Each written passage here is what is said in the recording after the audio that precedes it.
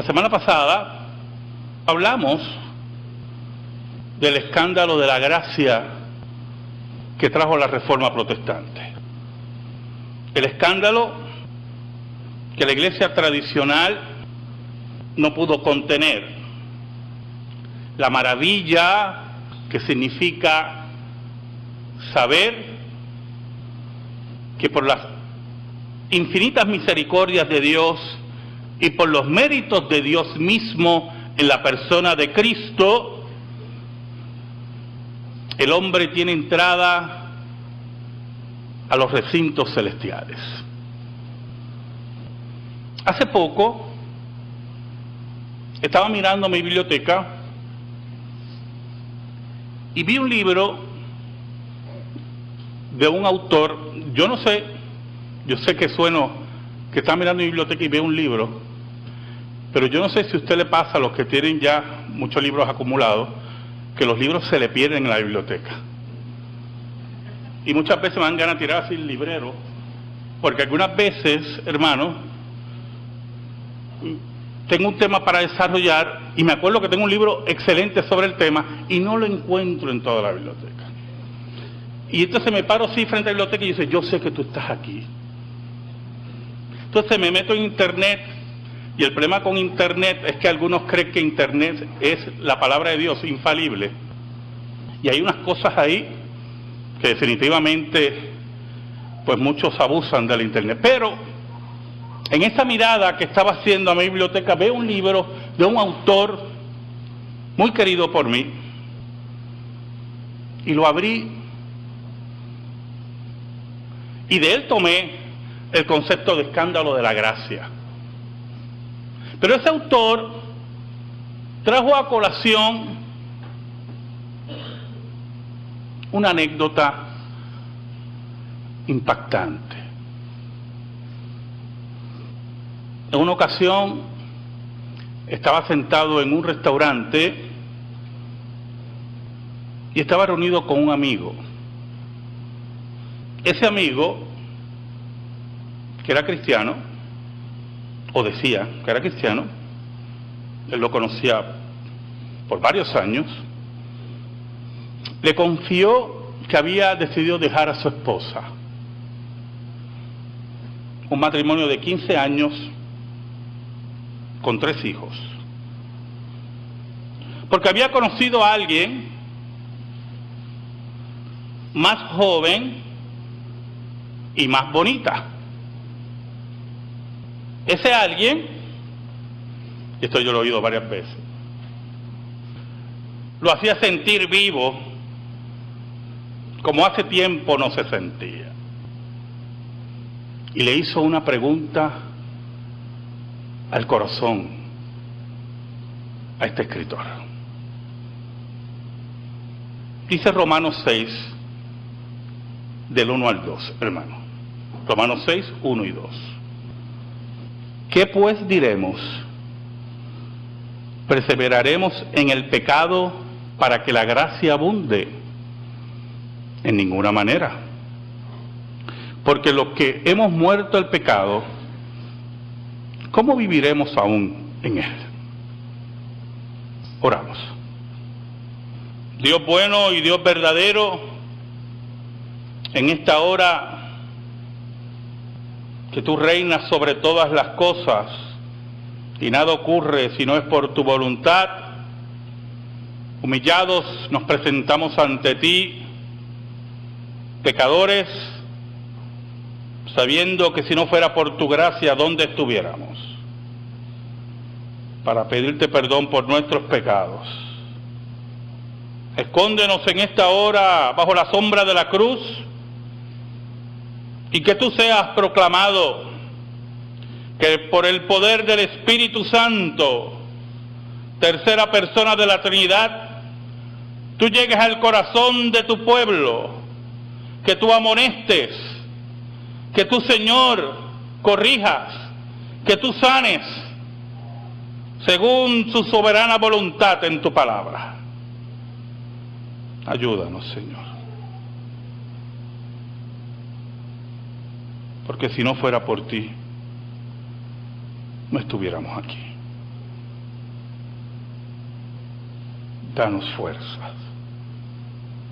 Por Cristo Jesús. Amén. Y amén.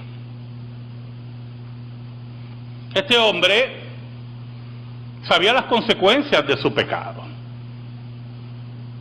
Las consecuencias personales, las consecuencias morales, como dice nuestro autor, de la decisión que había tomado y del paso que iba a dar. Pero en medio de la conversación, y por eso citó a nuestro autor, él tenía una pregunta crucial, una pregunta que emana del concepto de la gracia, no del escándalo de la gracia y del peso de la gracia, según como está dictado en la Escritura, impregnado en nuestro corazón por el Espíritu de Dios, sino la pregunta que viene del corazón entenebrecido que ha convertido la gracia en gracia barata. Y pregunta, ¿tú crees que Dios pueda perdonarme después que yo haga algo tan horrible como lo que voy a hacer?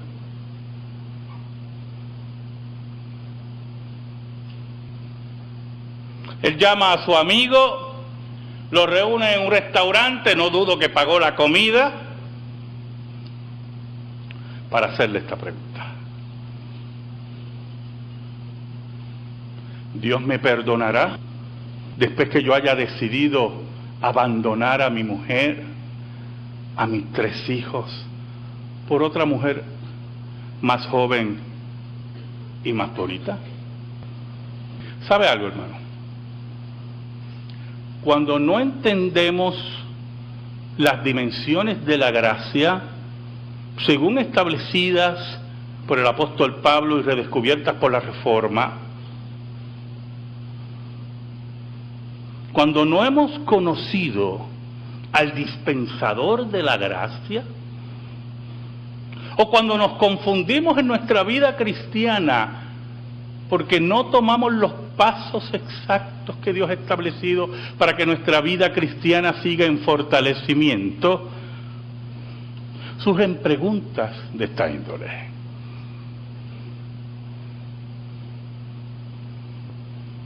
Hace varios años atrás, en Puerto Rico, un hombre recibió una orden del tribunal de alejamiento de su esposa y sus hijos. Era un hombre violento, era un hombre desquiciado, un abusador. No voy a seguir usando adjetivos, ¿verdad? Pero me gustaría seguir por ahí. Pero la mujer, posiblemente en su profunda soledad, el padre de sus 4 hijos, 4 o 5 hijos, en esa muchas veces síndrome de la mujer maltratada, obviando la orden del tribunal, lo recibe nuevamente en su casa. Todos conocimos ese caso. La mató a ella y a sus hijos, degollándolos. Pero lo interesante que regularmente pasa es que cuando alguien comete un delito de esa magnitud, tiende a suicidarse.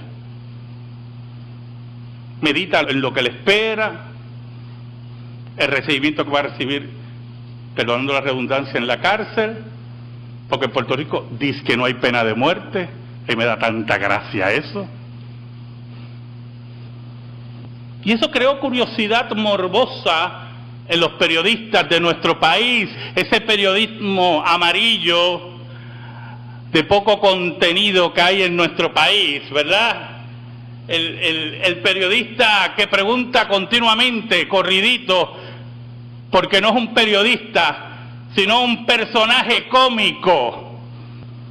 buscador de rating y no un analista como conocimos históricamente, periodistas como Betances, como Hostos, sino payasos con micrófono. Y le preguntaron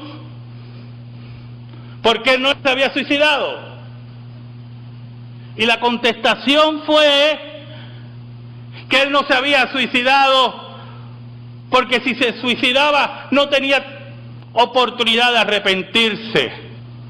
Por lo tanto, en su mente y en su concepto tergiversado de la gracia y del perdón de Dios y del concepto bíblico del perdón de Dios, él había armonizado el acto de asesinato vil con el perdón de Dios. Y el escándalo de la gracia, del cambio de vida, que cambió la historia y cambia el ser humano, lo había convertido en basura. Algunas veces ni entendemos cómo ocurren las cosas. Leía la noticia hace 2 días de un oficial correccional que mata a su esposa y se suicida. Y entonces cuando usted lee la noticia, yo empiezo a buscar en la noticia el detonante. No sé si me entiende, ¿verdad? El detonante. Y todos los testimonios alrededor del matrimonio con 2 hijos, era que se amaban, que hacían todas las cosas juntos. Oye, cuando leí esa parte, que hacían todas las cosas juntos, me acordé de mí, en el sentido que yo siempre le aconsejo a las parejas, hagan todas las cosas juntos, y me preocupó un poco.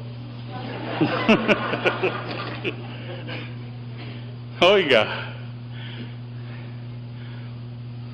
pero el testimonio era así, y la familia, los compañeros no entendían.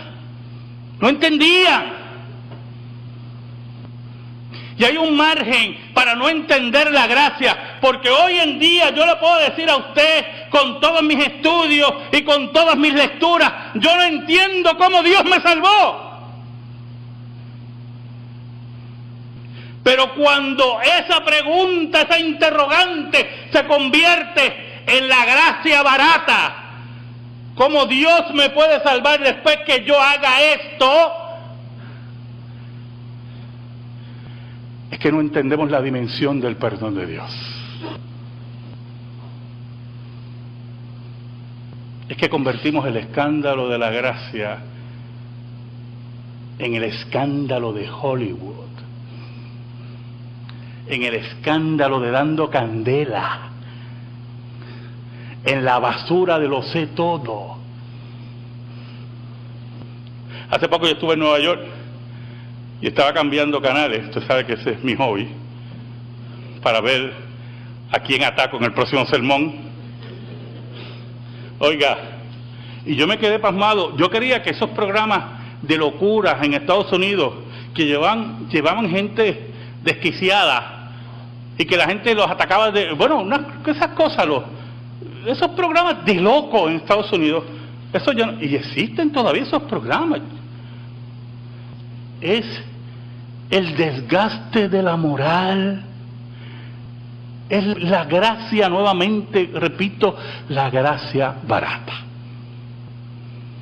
Muchos no entendemos,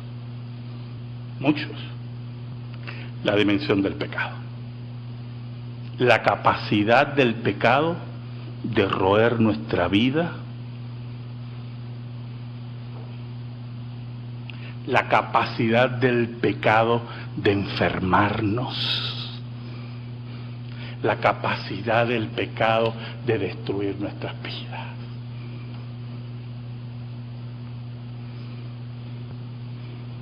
¿Qué le contestó el escritor? Me imagino que usted se está preguntando, ¿qué le contestó, pastor? Cuando leía, también yo quería saber qué le contestó. Él le dijo, ¿te puede perdonar Dios? Claro que sí. ¿Tú conoces la Biblia? Dios edificó, y le contestaba a él, ¿verdad?, su iglesia sobre hombres de personas terribles.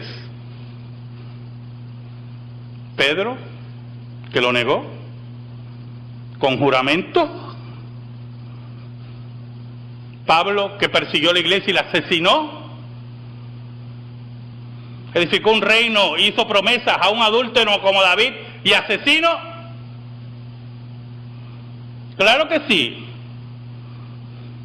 Pero lo que tú no entiendes, le decía el escritor, es que cuando tú conviertes el perdón de Dios, el acto sublime, increíble, de que Dios se hace hombre por nosotros, en el vómito del pecado simple, del acto corruptor de la vida, tú has decidido alejarte del acto de perdón de Dios. Porque en el momento que tú has reflexionado en esa forma, no hay garantías que tú vuelvas.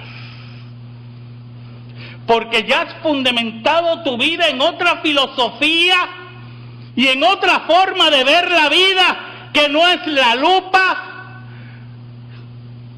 no es la visión, no es el microscopio de Dios, sino la visión distorsionada del humanismo, de los deseos carnales, de la lascivia de aquellos que quieren las cosas ahora y que justifican sus actos. Es aquellos que buscan la felicidad mediante los pecados, no importando a quién arrollar y llevarse por el medio. El autor le decía, cuando tú tomes ese camino, vas a querer de nuevo el perdón de Dios. Vas a querer volver a los brazos de aquel que ha establecido las cosas como son.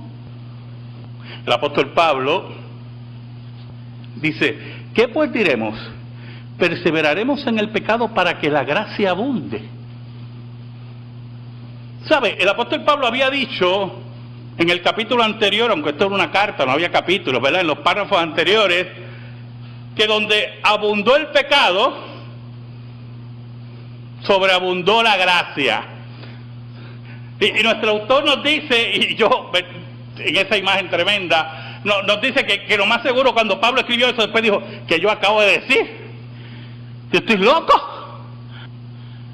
Pero es que para Pablo, para Dios, la solución del pecado está ahí, en el perdón inmerecido de Dios. Ese perdón que quebranta el pecado y llega hasta el corazón del hombre y la mujer para salvarlo. Y por lo tanto, aunque el pecado se oponga y aunque el reino de las tinieblas se oponga, la gracia de Dios entrará, porque Dios es soberano. Y aunque la ley, que es el centro de lo que decía Pablo, ¿verdad?, te esté acusando, la gracia te dirá que Cristo cumplió la ley por ti. Pero Pablo también sabía que en la iglesia de Cristo no están todos los que son, ni son todos los que están. Y por lo tanto, aquellos que querían tomar la perla de gran precio, esa gracia de Dios, ese escándalo de la gracia, y convertirlo en algo barato, Pablo le tenía que poner un detente para que estuvieran claros que el Dios que nosotros servimos es el del Dios del perdón, que tiene que ser valorizado ese perdón. Añade en el versículo 2, en ninguna manera, porque lo que hemos muerto al pecado, ¿cómo viviremos aún en él? Y yo no sé si usted entiende la profundidad de esas palabras de Pablo. Si usted murió al pecado, lo que está muerto al pecado no busca justificar su pecado. Porque si busca justificar su pecado y convertir la gracia en algo barato, es que lo que dicta su vida es el pecado. Y la actitud que debe tener ante el pecado nunca ha cambiado. Y déjeme adelantarle algo. Lo que pasa es que, o decirle algo, porque no he querido revolcar mucho la cosa, pero el caballero en cuestión, que conoció a una muchacha más joven, más eso no empezó ayer, ¿oyó? Ese jueguito no empezó ayer. Ese jueguito ya tiene tiempo. Es lo que estaba buscando valor. Ese valor de los cobardes que necesitan la justificación de otros para sus actos. Porque los que están valientes y están claros no necesitan justificación de nada. Caminan sabiendo que lo que hacen es lo correcto. Pero cuando tú sabes que estás mal, buscas al lado quien te apoye. ¿Usted no ha oído gente por ahí? Estos adúlteros los de Hollywood, o los que nos rodean en este país, hacen sus actos y dicen, no, pero mi madre me apoya. ¿Usted no lo ha oído? Mi padre está conmigo. Otro impío. ¿Por qué tienen que decir, mi madre me apoya, mi padre me apoya? Porque ellos saben que están mal.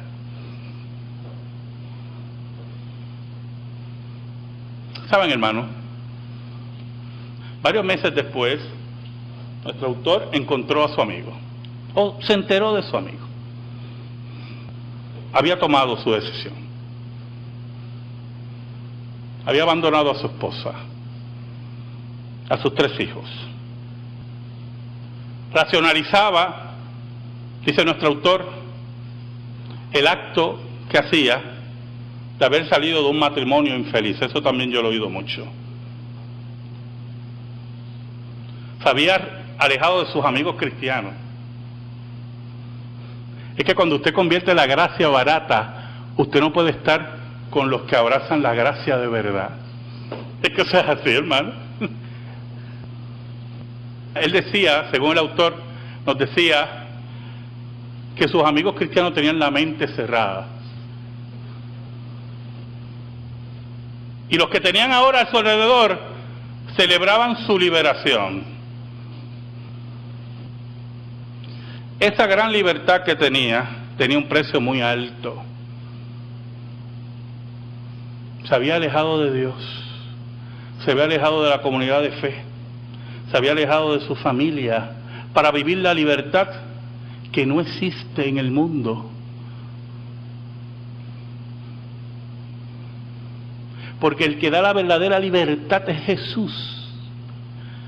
Mi paz os dejo, mi paz os doy. No como el mundo la da, yo os la doy. No se turbe vuestro corazón, ni tenga miedo.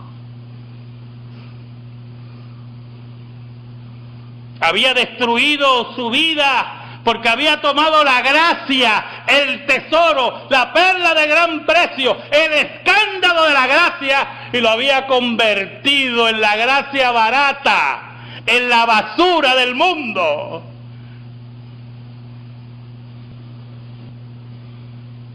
¿Sabe algo, hermano? Un día, hace 2000 años, el decreto de Dios de la eternidad se convirtió en historia. Un ángel bajó del cielo a una aldea, a una joven. Se cree que tenía 15, 16 años esa joven.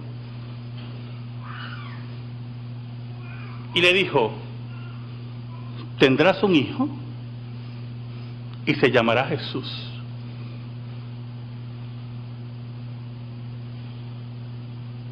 Él será grande a lo sumo y será llamado Hijo del Altísimo. Y el Señor, Dios su Padre, le entregará el trono de David y reinará por los siglos de los siglos. Su reino no tendrá fin. Ese día, hermano, ese día Dios, en su inmensa misericordia, hizo patente la gracia excelente, el escándalo de la gracia. O como dice un poeta, se arriesgó a perdonar al hombre, ese que lo iba a rechazar. Solamente aquellos señalados por Dios que comprenden el valor de la gracia siempre abrazarán este escándalo. Amén. Gracias te damos, Señor, por tu palabra eterna. Y te pedimos, Señor, que la atesores en nuestra vida y en nuestro corazón. Por Cristo Jesús. Amén. Y amén. Estamos en silencio, hermanos.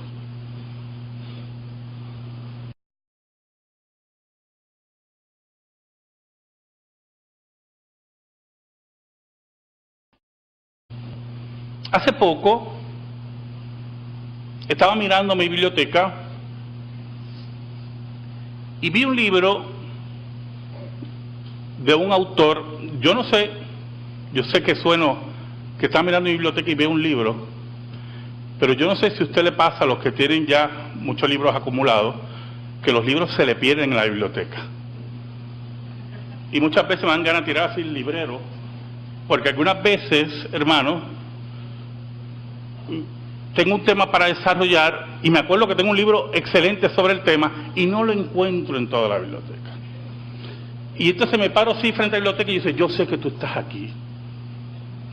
Entonces me meto en internet y el problema con internet es que algunos creen que internet es la palabra de Dios infalible.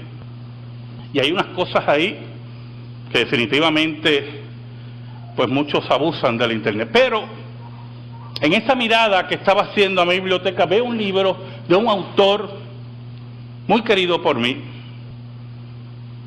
Y lo abrí. Y de él tomé el concepto de escándalo de la gracia. Pero ese autor trajo a colación una anécdota impactante y más bonita. Ese alguien, y esto yo lo he oído varias veces,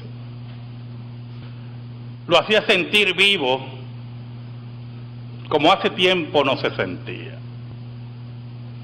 Y le hizo una pregunta al corazón a este escritor.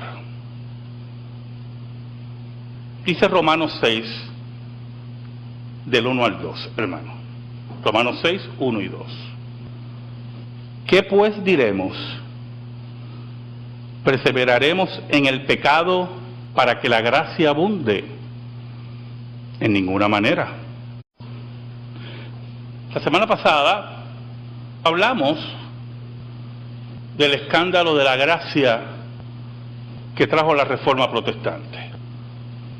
El escándalo que la iglesia tradicional no pudo contener. La maravilla que significa saber que por las infinitas misericordias de Dios y por los méritos de Dios mismo en la persona de Cristo, el hombre tiene entrada a los recintos celestiales. En una ocasión estaba sentado en un restaurante y estaba reunido con un amigo. Ese amigo, que era cristiano, o decía que era cristiano, él lo conocía por varios años, le confió que había decidido dejar a su esposa. Un matrimonio de 15 años con 3 hijos. Porque había conocido a alguien más joven